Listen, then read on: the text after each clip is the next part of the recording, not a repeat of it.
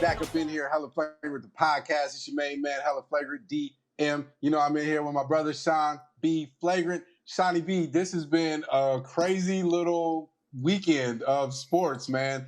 The NBA Finals are finally over. NFL's had some crazy stuff, so we're not even going to mess around. We're going to jump right into it. We're going to kick things off, and we're going to congratulate the Los Angeles Lakers on the 2020 championship. I know a lot of people want to put an asterisk on it and call them the bubble champs and all that kind of stuff. I'm going to go out here right now, and I'm going to dead that by saying this statement. You play who's in front of you.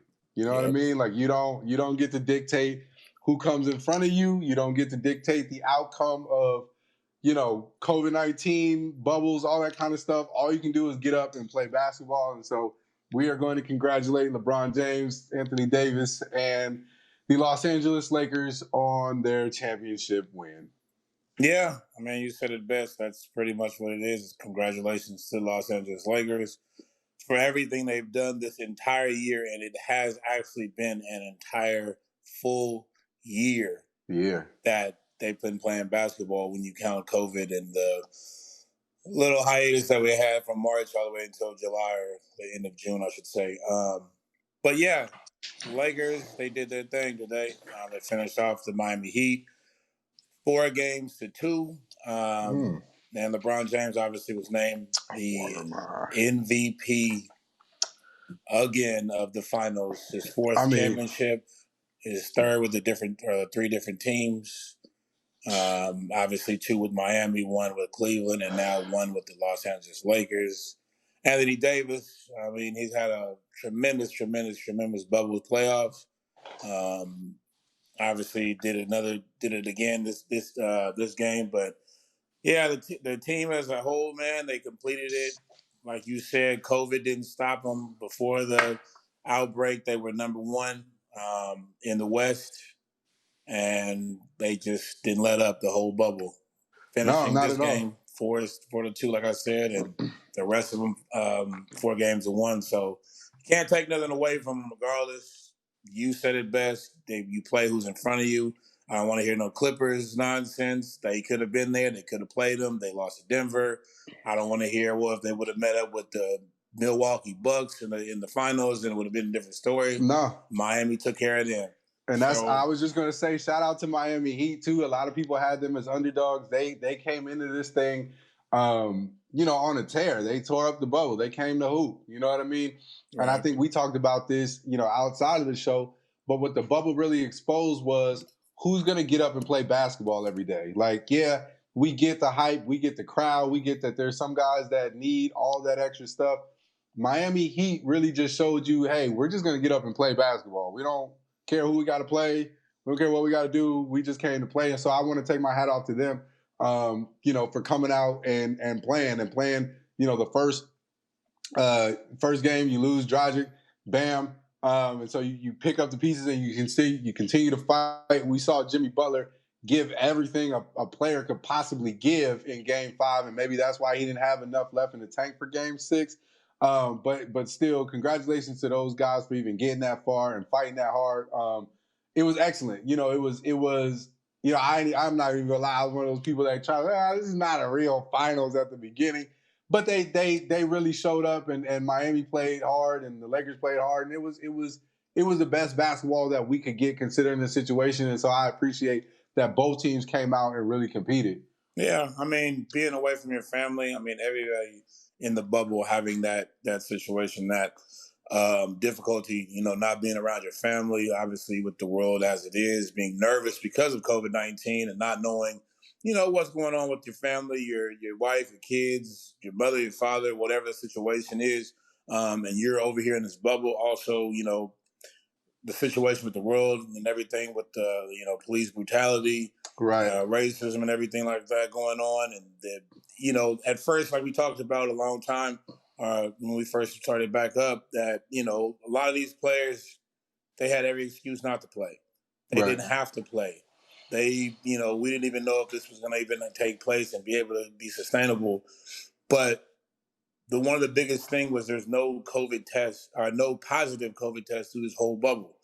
So the NBA as a whole did their best to keep these players in line and stay within the rules of everything. Of course, there's a few hiccups here and there, but Right. I mean, to have no positive cases was a blessing, and the fact that the Lakers were able to stick through all that adversity, despite having to be away from their families and not dealing with COVID and dealing with the social injustice. I mean, I think that speaks for itself. There's no asterisk, behind this championship, Right. unless it's for the fact that it's in a positive way. Like these Right. players did more and they gave more and they, through all this adversity, they Yeah. still were on top regardless. Went into the bubble number one, left the bubble number one. Yeah. So shout out to the Yeah. Lakers for doing No, their thing.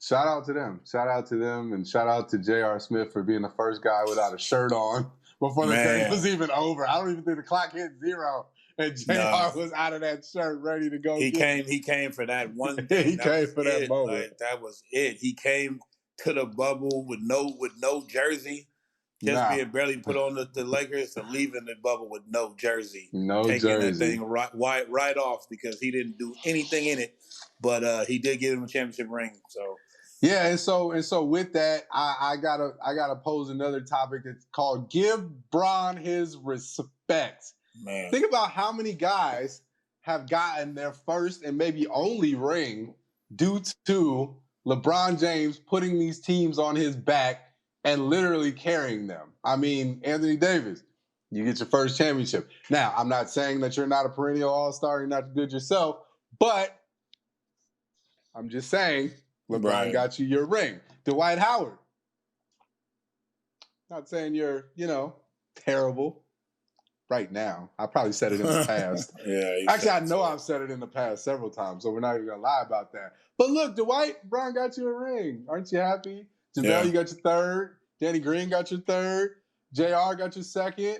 So a lot of you guys should be thanking Bron and really giving Bron his respect. You look at the teams that he's had to play with, and all jokes aside, this Lakers team, it came with Anthony Davis, it came with Rondo.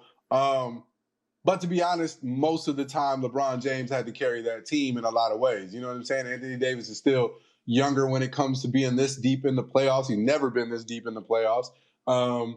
So, for him, this was a learning experience. We had to deal with Rondo being out early in the playoffs. He was there for the finals. But the rest of these guys, KCP, Kuzma, what's your boy, Caruso, a lot of these guys are not playoff and finals tested, just as a lot of his Cleveland teammates were when they won and he came back 3-1. So I really do think, I don't go for the GOAT talk. We're not going to do that. But LeBron deserves his respect on the Mount Rushmore of basketball, if there ever would be one. I don't even know what else to say at this point. Yeah, I mean, I understand that I'm going to say Warriors fan. I love the Warriors. It does. They are my favorite team. They will always be my favorite team. But I can't respect LeBron James and what he's done, and I think everybody should. I mean, if you like him as a basketball player, if you don't like him, the fact that you don't like him says a lot itself. Right. He is your villain. He is the reason why you sit there and watch and everything like that. It's the same thing with Floyd Mayweather.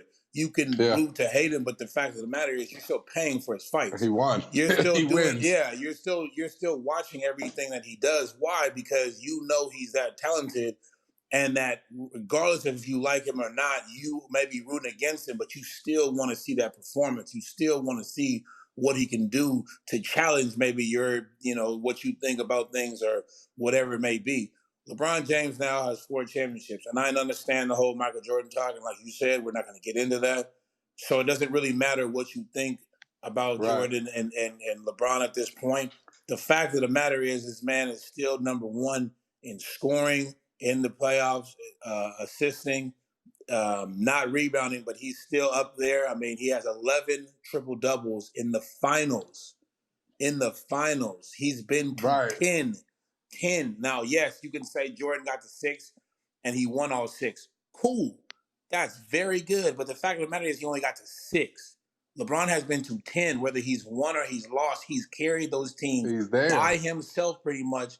Even if he had a second star, a third star, as in Anthony Davis, as in Kyrie Irving, as in Dwayne Wade and Chris Bosh, Yes, but where were those guys before that? Other than Right. Dwayne Wade, none of them had done anything with their career other than score points and be number guys. Right. Anthony Davis was tremendous and is tremendous when he plays. And when he was in New Orleans, he was great, but he wasn't even talked about as anybody that could win a championship. Same thing with No. Kyrie. And Dwayne Wade, yes, had proven it with Shaq, but still, when LeBron came there, he made them better. He changed Dwayne Wade's game and helped him out, as well as Chris Bosh. So, regardless of what you feel about LeBron James, I mean, the man has done everything since he stepped into the NBA at age 18 or 17, wherever he was when he, can't step out of high school till now. He's still playing. Everybody else you see, retired, sitting back, whatever. The 35-year-old man came and won his fourth MVP in honor of Kobe in a Lakers jersey. There's nothing really more to say about anything. Like, I mean, you cannot say anything about this. I don't care if it's a bubble. I don't care. Whatever you feel. Right. He has 4. He deserves to be considered, if not the greatest, up there, like you said, on a Mount Rushmore of players. Nobody should put him anything less than that. Right. And that's it. Hands down. Like, I'm not even going to, follow that up with anything. That's it. End of story. LeBron is up there. Congratulations again to the Lakers on their championship. And don't count the Heat out for next year, man. Look at how the East is going to shake up. The Miami Heat front office is going to make some moves. That's going to be a team to watch. I know a lot of people, again, weren't watching them at the beginning of this season, but I guarantee you that's a team to watch for next year. Yeah, I agree. Jimmy Butler, all the heart in the world, man. He deserves all the praise that he can get. Yeah, I'm not even, hey, we talked about this on the phone. I'm now not even mad at him for yelling at his other players on former teams, because now I understand what he was trying to get out of them. Like, he was really like, no, I'm trying to win a championship. I don't know what y'all are doing. Like, I have no idea what kind of lollygagging you guys are doing, but me, trying to get to a championship. So y'all gonna be mad at me all day, but I'm gonna say what I need to get there. And Jimmy Butler is like, I mean, his heart is bigger than his game in general. Jimmy Butler is not the flashiest. He's an all-star, but that's literally because of his work ethic. I mean, it's the Draymond Green, same thing. It's you can propel yourself and make yourself a better player just by working hard. And Jimmy Butler is one of those guys, you know what I'm saying? And Miami Heat are one of those teams, actually. I don't want to discredit him and say he's the only person on that team, because they all do. They all play hard. Bam Adebayo plays extremely hard. We know about Dragic and how he stepped his game up. Duncan Robinson, a no-name player, that came out and now he's made his name, obviously with his great three-point shooting. And then we're not going to forget about Tyler Hero, who, being 20 years old, stepped into the position as being the second scorer on a finals team is humongous. That much confidence in that kid, man, the sky is to the roof. Pair that with a lot of defensive players that they have, like Chris Nunn and Andre Iguodala, obviously. And even though he's an older player now, he still has the brain to play out there. That team is on the rise. I'm not going to give any props to Jay Crowder because I really don't like him. But other than that, the team is great. Like, I feel that team is superb, and the way they're going, I mean, if they add another star, man, look out. You know what I'm saying? Yeah. Yep. So we'll be looking to see what happens with them and other teams in the offseason. We spoke about the NBA offseason a little bit last time. As of right now, there are no official dates for anything NBA related in terms of when they're starting the season, the draft, free agency, any of that sort of stuff. But you guys know you can always check in with us, Flagrant Foul. We will always keep you guys updated on what's going on with the NBA, the offseason, and its moves. Moving on, since that was the only NBA news, and that's the end of NBA news for a while. That's right. The A's got bounced out of the playoffs, so we're going to spend about 4 seconds on that. Okay, we're done. Anyway, moving on to football. Jesus. A's are so disappointed. Same old so disappointing. They get you so excited just to let you down. Oh, man. So, going into the NFL, week number 5 has been eventful, as they all have been. But this one is particularly even more eventful. Why? Because of, let's see, we're moving games. We moved a lot of games. A lot of games had to get moved due to COVID-19. starting with so first of all, the Patriots game got moved out, and we're still seeing what that's going to look like. We've got Tennessee and the Bills playing on a Tuesday. That's crazy. Is Yeah, that and to Mountain be West football in college? Like, what is gee this? whiz, Tuesday. and that's why they're playing, because there is no Mountain West football right now. But Yeah, right. like, and then you look at weeks 7 through 10. There's been about 7 games that were affected. I'll be honest, I still haven't made sense of this mess of all these games that have changed, and to be even more honest, they could probably change again. So Yeah. I will just say this: Week 5 has been crazy. One of the craziest things that happened in NFL Week 5 is the Falcons fired. Well, I don't know if this is crazy. The Falcons fired Dan Quinn. It's not crazy at all. That's the most sane It's called thing doing that's your happened. job. Like, that's what they should have done a long time ago. So wait, okay. So when do you think they should have fired him, after losing the 2 Super years Bowl? ago. 2 years Oh, ago. 2 years The ago. year 2 after years the ago. Super The year Bowl, after because the Super Bowl. obviously they cracked after that. I mean, that was Yeah, they have telltale not thing. been Like, the get rid same. of them. They have not been the same since. That Super Bowl broke their spirits, as Tom Brady has done to a lot of people. Yeah. And it has really, ruined that team, honestly. The Falcons have they've been atrocious. I mean, I was gonna try to sugarcoat it, but they've been atrocious on both ends of the football. Matt Ryan is not in any sort of rhythm. Your defense can't really stop anybody. As shown by these comeback leads that you have blown multiple times. So yeah, I mean, it was only right, Dan Quinn, that the writing was on the wall, that you were out the door. I think everybody kind of knew an 0-4, 0-5 start was going to get you up out of here. Took your general manager with you because you guys were kind of a package deal. And so now the Falcons. Here's the crazy part, right? So I was reading, and it says their choices for possible head coach are Raheem Morris and Dirk Cutter, who are both losing coaches at Tampa Bay. Jeez. Yeah. I mean, Dirk Cutter is that. If you're gonna do that, just sell the franchise. Come on, right. Come on, buddy. Like, you, right? Like, what are we doing here? With that brand new stadium down there to do this. Come on, get stuff together. Yes. Look, the Atlanta Falcons, they're terrible. We know this. I don't really have nothing else to say about it. I mean, they've had a tough time ever since they lost that 28-3 lead. I mean, that's pretty much the rest of that's them in a nutshell. I mean, they've done it twice this year already, losing leads of 20 or more. Just like that, fourth quarter, obviously today losing to the Carolina Panthers, it's unexcusable. I mean, you need to be let go after that.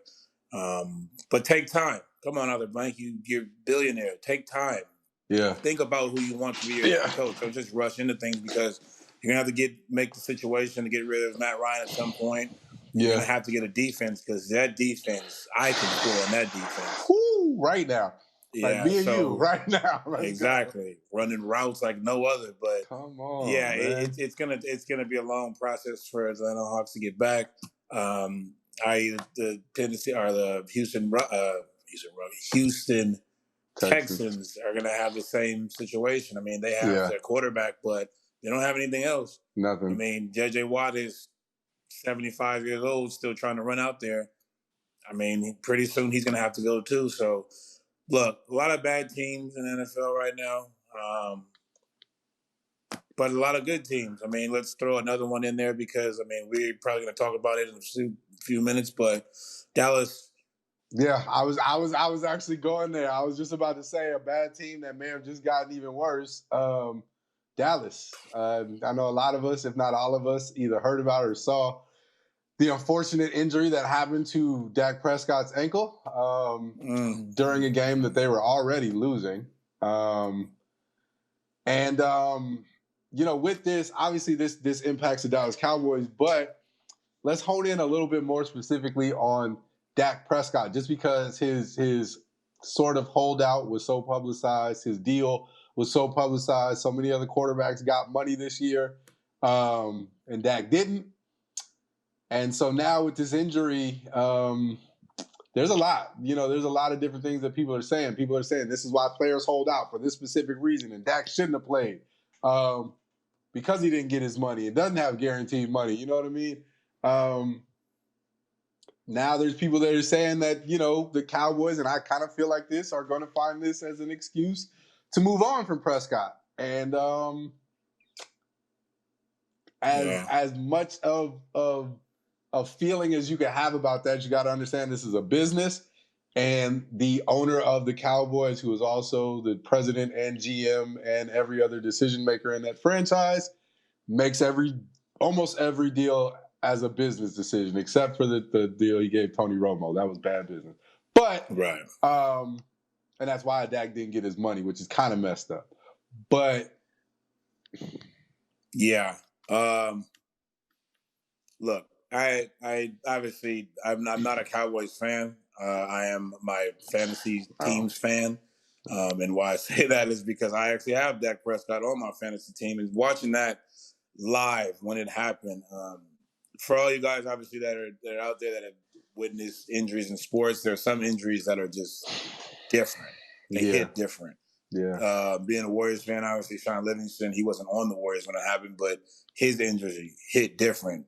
Bogut, actually, his injury hit different. I don't know if you guys remember the Louisville college basketball team when the guy Kevin Ware when they were playing on that one and the bone came out. I mean, it's like Gordon Hayward, like that. There you go, Gordon Hayward, even Paul George in the Olympics. I mean, those injuries when you see them when they happen in real time are just devastating. I mean, the stadium or the basketball court goes completely blank. You could hear a pin drop, and that's what happened to Dak today. Obviously, him rolling out, trying to make a play, was tackled. His leg just got caught under, a player's knee, and it just completely broke. Sorry. As a football fan, just seeing Dak in that situation, knowing everything that he had to go through this offseason, not getting the deal that he wanted, asking for a certain price and having to go back and forth with Jerry and the organization, knowing that him playing on this franchise tag, and yes, it was $31 million, year salary, but it was just for this year. Dak was trying to get 40 because when Dak was drafted, he was a 4th round pick, so he didn't get that 4-year option. Right. He was supposed to be Tony Romo's backup, who obviously Tony Romo got injured and was forced into position. And Dak was only making less than $1 million. So to him having to play all the way literally up to his 4th year and to have the accolades that he had, even though they didn't win any championships, to lead this Dallas Cowboys team to, playoff games and to win big games, to have it end, I guess, in this kind of way, while you didn't get your deal, while you were fighting with your owner after everything you give, is terrible. And now you alluded to the fact that it could be a possibility where the Cowboys use this as an excuse to move on.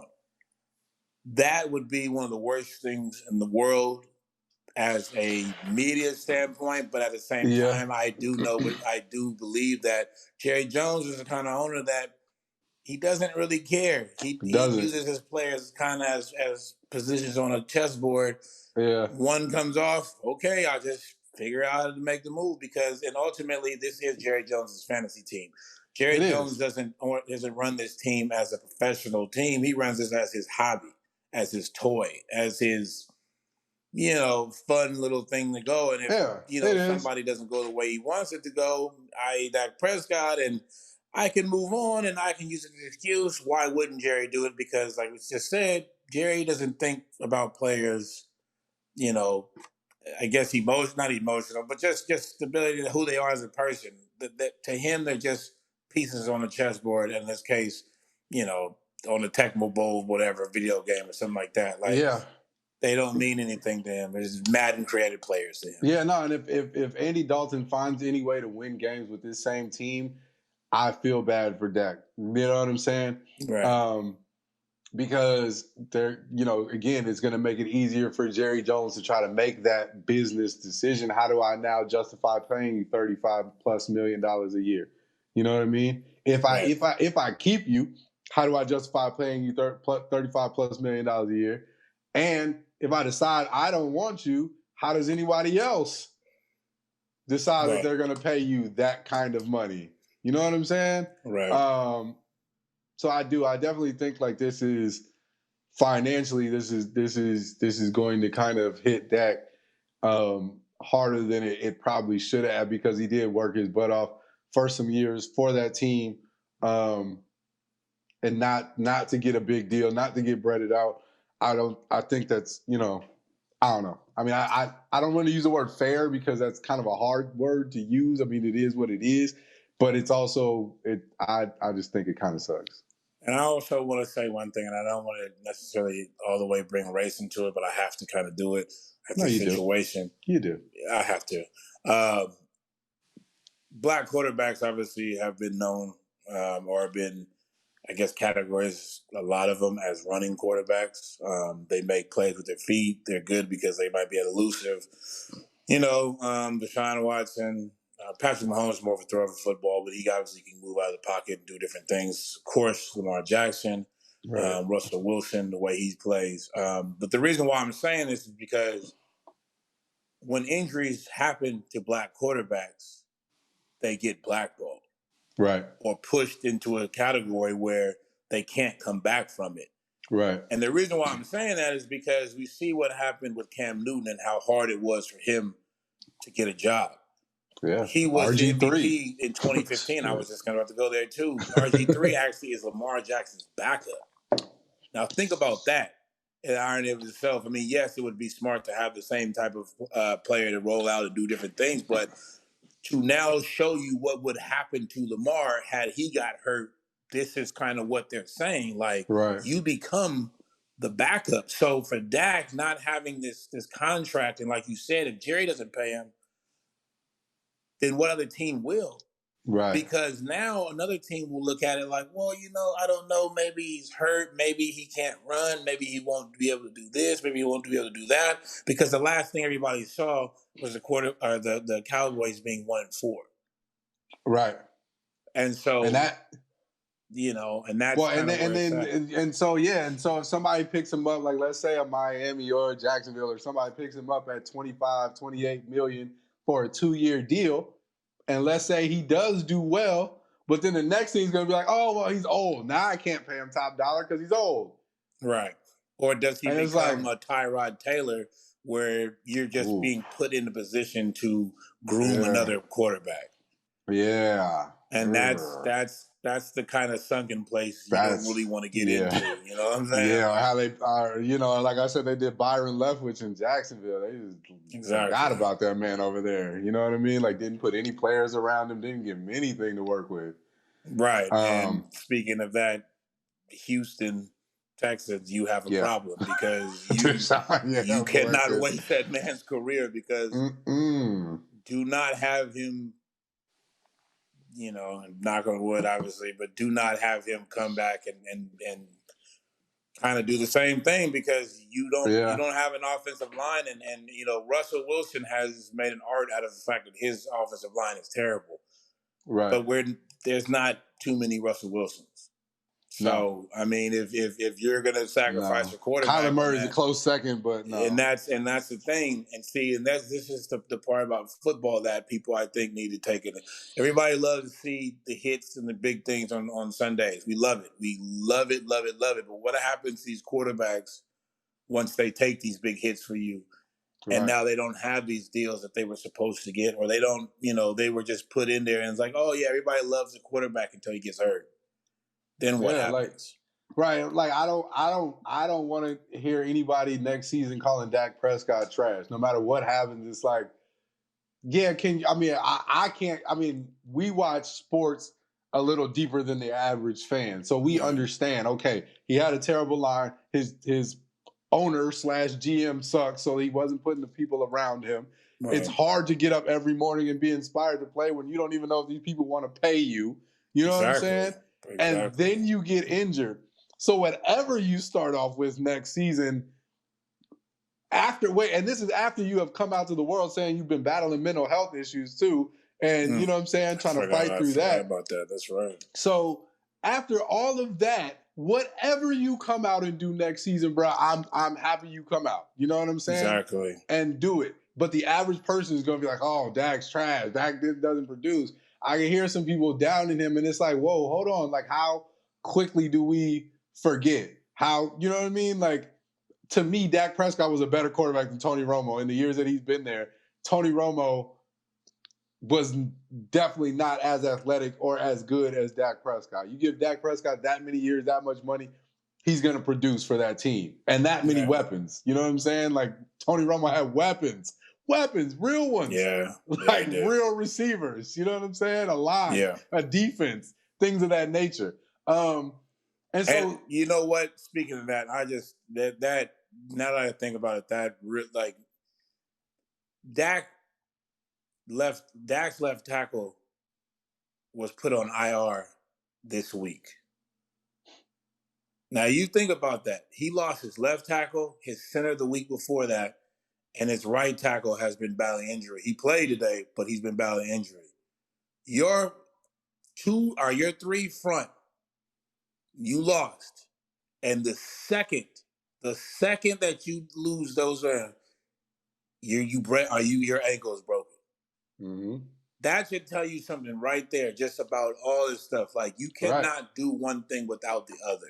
Yep. And you cannot expect these quarterbacks to do all this stuff when you don't give them the right tools or the right players or the right people to block and help them out at all. Like, things like this will happen. Yeah. You know what I'm saying? Like, we don't want them to, obviously, but I'm just saying. Yeah, like as much as we love a Lamar Jackson, there's guys up front that have to block for him to be able to do what he does. You know what I mean? Like, exactly. It all goes hand in hand. His running backs got to run. His receivers have to catch. Like, all this stuff has to work together in order for him to be as effective as he is. And so, again, when you put the weight of the world on a Dak Prescott's shoulders and give him no real weapons to work with and then expect him to produce, and then, oh, you're not producing, you must be terrible, it must be you. And it's like, wait a minute, hold on. Like, let's put all these factors into this and then say that. And so, you know, again, we're going to hope for Dak to have a speedy recovery. I'm going to hope that Dak bounces back from this and is able to be athletic because, again, as a 49ers fan, I never have sympathy for the Cowboys. I hope you lose every game as a team. But as a man and as a black man playing a professional sport right now, I want to see you come back from this and I want to see you bounce back from this and do well, bro.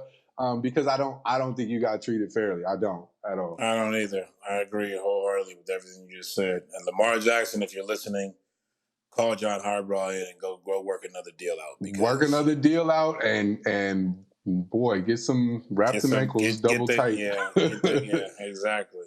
Tape them things up. Tape them things all the way up. But that's just how football big. Hey, you know what? Speaking on that, shout out to Alex Smith who made his debut. Yeah. Shout out to Alex Smith. A longtime 49er and just an all-around good guy. 17 surgeries it was? Yeah. 2 years, 17 surgeries. Just happy to see him back on the field. And he did all right. He did pretty good. Yeah, he did. He did, considering, he did all right. Man. The Washington football team was terrible. You could have had Patrick Mahomes back there. He wasn't going to win that game. So, all right, for what Alex did to be able to play on that, he can retire right now. Not to discredit Alex Smith, but how bad did Dwayne Haskins and Kyle Allen have to be if Washington's like, hey, maybe this guy has all the answers? Well, Kyle Allen, I mean, he's terrible too, but at least he got injured during the game. So that's why Alex had to come in. But at the same time, he was fine and was able to return, and they just said no. So I'm saying Alex Smith was on their minds before he got injured. You know what I'm saying? They're planning to start him going forward. This wasn't So that's what I'm saying. Like, how bad do those two have to be, though, to be like, hey, maybe we should go to get this guy? True. Dwayne Haskins, XFL. when fans come back, maybe you can get on. But I don't know. I don't know if the NFL is ready The for you right National now. Flag Football League is always taking players. Exactly. Because the way you played in the last 4 games, man, I don't know. I don't know. So we touched on it briefly, and I can't spend too much time on this because I still don't know, but NFL versus COVID-19 continued. As of right now, there have been 2 postponed games? And then a bunch of rescheduling going on in the NFL. So, a lot of people like myself has said that, I hope that this is sort of like how baseball had their COVID situation. They got over it and they continued to move through and figured out how to deal with it and got a handle on it. We're going into week 6 of 16 plus the playoffs. Right. That's a long way. That's a long way to go. And just, again, I'm not a COVID conspiracy theorist, but a lot of people that are smarter than me say that going into cold and flu season, there's likely to be an uptick of cases. So the NFL, is there a right answer, a wrong answer? What? Technically, I really don't know. Seeing 7 games be either postponed, moved around, changed, does not sit well, because how many times can you do that? Right. You can only switch around so many games, especially when you play every week. These teams all need to have equal amount of games to be able to determine who can go to the playoffs. An equal amount of practice time to make the games fair. Exactly. So I don't know. You got players. I mean, betting and fantasy, I feel for everybody because I'm dealing with both of that myself. But that's not talking about that. Yeah, that's in a lesser part of the lesser situation, because these teams are being moved around. They're changing everybody's schedule, and it's like, okay. For the example I can use is obviously right now the Denver Broncos and the Patriots game has been postponed and moved to, it'll be a different date whenever they determine it.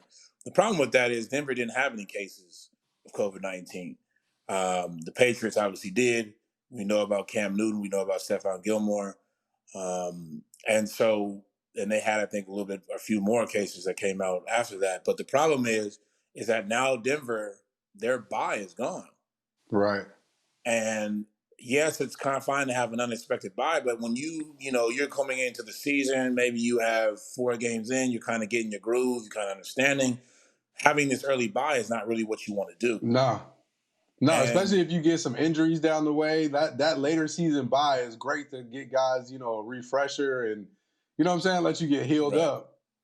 And you just spoke on it too when you were talking about the flu season and everybody, thinking that it might be possibly a second wave or something coming in to where more people will get sick. That just gives the potential for other players that maybe were forced to have a bye this week to get even more sick, because let's be honest, Denver plays in the snow. When it gets cold up there, it snows, which means there's more chances for people to get sick. Which means that if you don't have a bye and you're really running your body all the way until week 13, week 14, and you're huffing and puffing and you're going through all this, there's an easy potential for you to get sick. Maybe you had your bye week in 11 when you could have took time off to rest your body and heal up, but now you lost your bye in week 4. Yep. So what does that mean for them going on? What does that mean for these teams that have been postponed? Now, that means that you're going to run your body down, which means that you might lose more games, which ultimately means that you probably won't have a chance to get in the playoffs. Now, I'm not saying that Denver ever had a chance to get in the playoffs. I'm just speaking in terms of the fact that this could happen to any team at this point. Or what if a team tests positive 2 weeks in a row? So I gave you your bye. Let's say while Denver was on the bye, they come back and a player on Denver tests positive. What happens now? And see, in that right there, I have no answer. Because and my question being that while both these teams are on a bye, NFL hasn't put in any real protocol to be like, hey, quarantine yourselves, or you know what I mean, like stay in a hotel or whatever it is that may be for this week while we, you know what I mean, make sure that you don't contract it or whatever. I haven't heard any of that. Maybe they have it and they, whatever, but I haven't heard any of that. I haven't heard any steps to prevent these teams from, you know what I mean? Well, you can't prevent, but you know what I mean? To try to limit the possibility of players that are currently on a bye getting it, and then Denver coming back and testing. Now you're 2 weeks haven't played. And now. Keep going. I'm sorry. Well, no, I'm just saying now that whole schedule restructuring that you did this week, you're going to have to redo again next week. Right. Yeah, no, and also, I mean, let's just be honest. Like, it's not like these players are just getting COVID from people around their own team. No. Like, I mean, New England, a few cases got it. Now, yes, Cam and Stephon Gilmore could have got it from being around each other. I'm not saying that's not a possibility. But what could be a possibility is maybe their kids go to the same school. Maybe their wives or girlfriends are hanging out and they hang out together and they caught it from somewhere. The problem with this is that because there's no bubble, because there's no situation, because these teams, once they're done with playing, they're allowed to go home and be around other people. That doesn't mean that other people are not having it. That doesn't mean that their girlfriends, kids, they're going to schools and stuff like that, they're not contracting this stuff, which means that they can get it multiple times because they don't go through these protocols. Right. When you come home, you're not going to sit there and question, I mean, I'm not saying that they shouldn't or they don't, but if it's your wife and she's around you, she's going to be breathing on you. Maybe she went to brunch with some friends or went to the mall or did something around another human being and brought it back to you. Like, it's really hard. Again, when you don't have, and again, we talked about this a few times about why it's harder for the NFL to have a bubble than the NBA. But when you don't have one, you see what happened. I mean, you see what baseball did for the playoffs. They put it to 2 locations. You know what I mean? Right. Like, there were no traveling during baseball playoffs. Like, no, we got 2 spots. Y'all stay here. And that's it, because they wanted to make sure that their playoffs went through uninterrupted. Again, with 10 weeks and the playoffs and Super Bowl still left, that's, you're looking at 14 weeks of football to make it through. I don't know. I ask, 200-300 people per team to not contact other people.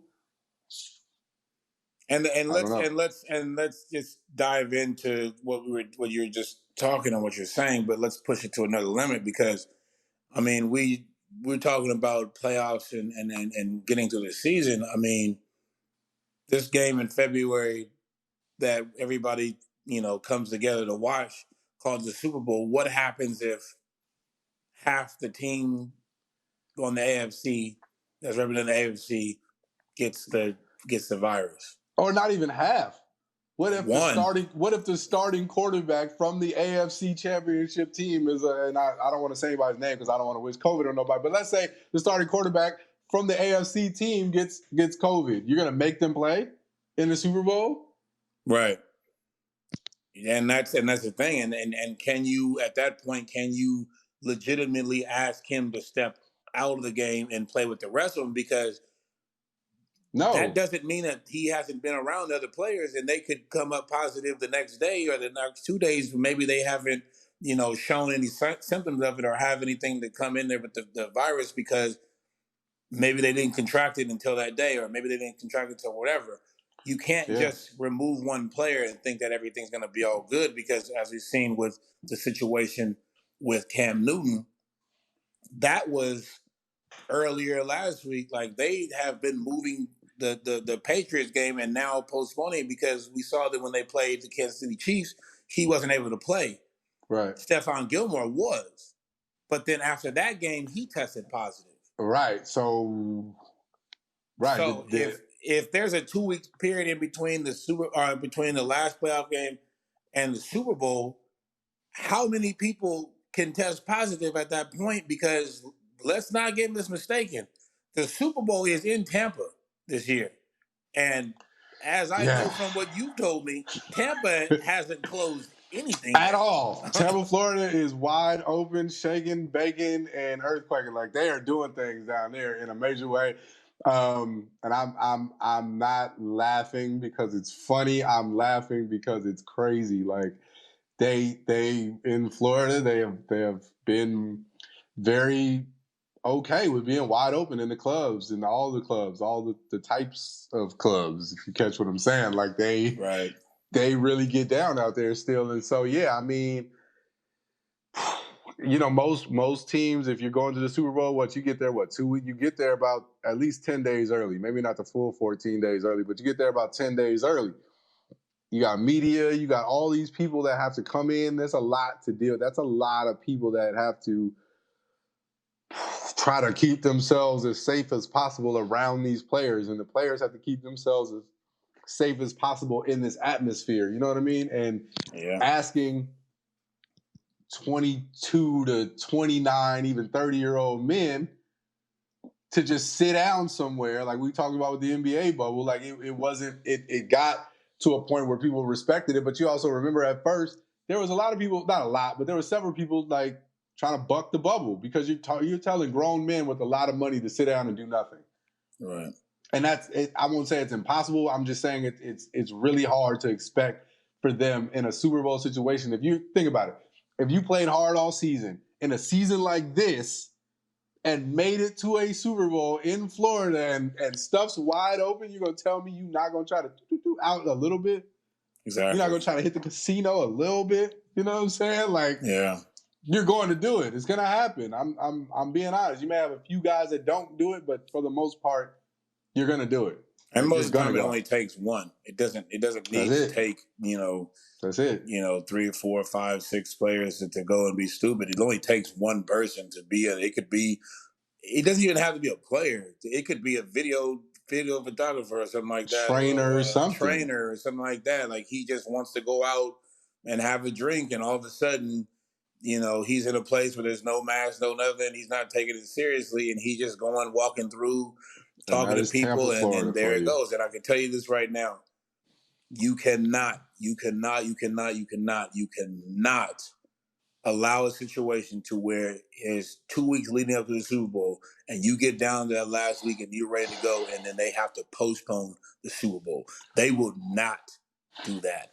I don't know how that's going to work, but you cannot have that. The biggest television production every single year never fails. All the commercials, all the build up to this, there is no way you can postpone the Super Bowl. No, it cannot happen. Too much money involved. Too much money involved.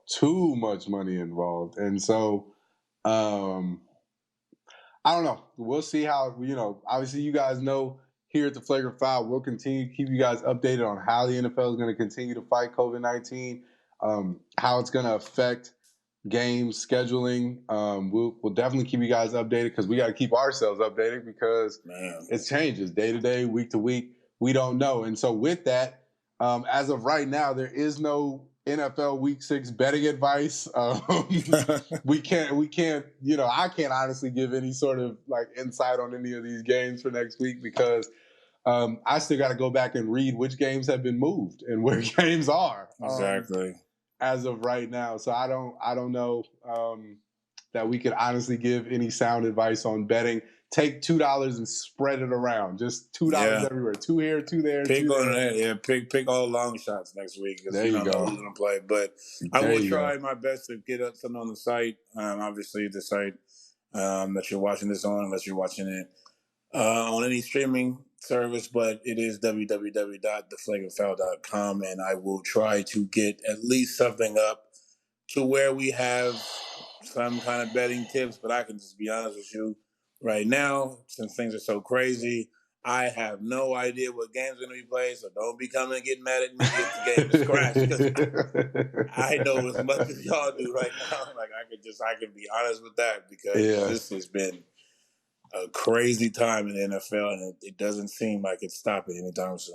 No, not at all. So with that, that is our show for this week. We'll definitely keep you guys updated, like I said, on NBA offseason moves as soon as we know when free agency, the draft, and the season's going to start. Definitely be in touch with you guys there. And then again, week to week, as the NFL continues to battle COVID and change its schedule, we'll definitely keep you guys updated on that. So as usual, make sure you checking in, theflagrantfoul.com.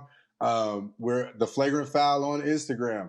How the Flagrant Podcast is everywhere: iTunes, Spotify, Amazon, Google, SoundCloud, YouTube. Anywhere that you're not watching this or listening to it right now, we're there too. So if you think, hey, I just want to hear the audio, go find us. You want to see the video, find us. But we're there. Check us out. Flagrant Foul, Hella Flagrant the Podcast. We are everywhere. Yeah. If you have nothing to do, go on every single one of those things that Carol just said and go watch it again and again and again. Yeah. Again and again and again. Can't hear too much about LeBron, COVID, and Dak breaking his ankle. I mean, it's it's pure gold. It's pure gold. Just keep up. No, on serious note, though, thank y'all for watching, obviously. Tune in to us, like you said, obviously, www.theflagrantfoul.com is where you can find everything at. Stories, obviously, that we write, betting advice. We'll try, like I said, I'll try to get that up there this week. At some point, it might be a game time decision. Right until Sunday, you might see it, but it'll be up there. Let you know everything you can, or I can give you at least. But, obviously keep tuning in. We're going to have more for y'all pretty soon. We may even talk about the World Series. I mean, yeah, something. We'll mention it. We'll mention it for you baseball fans. We'll say something. No, I mean, the A's are out.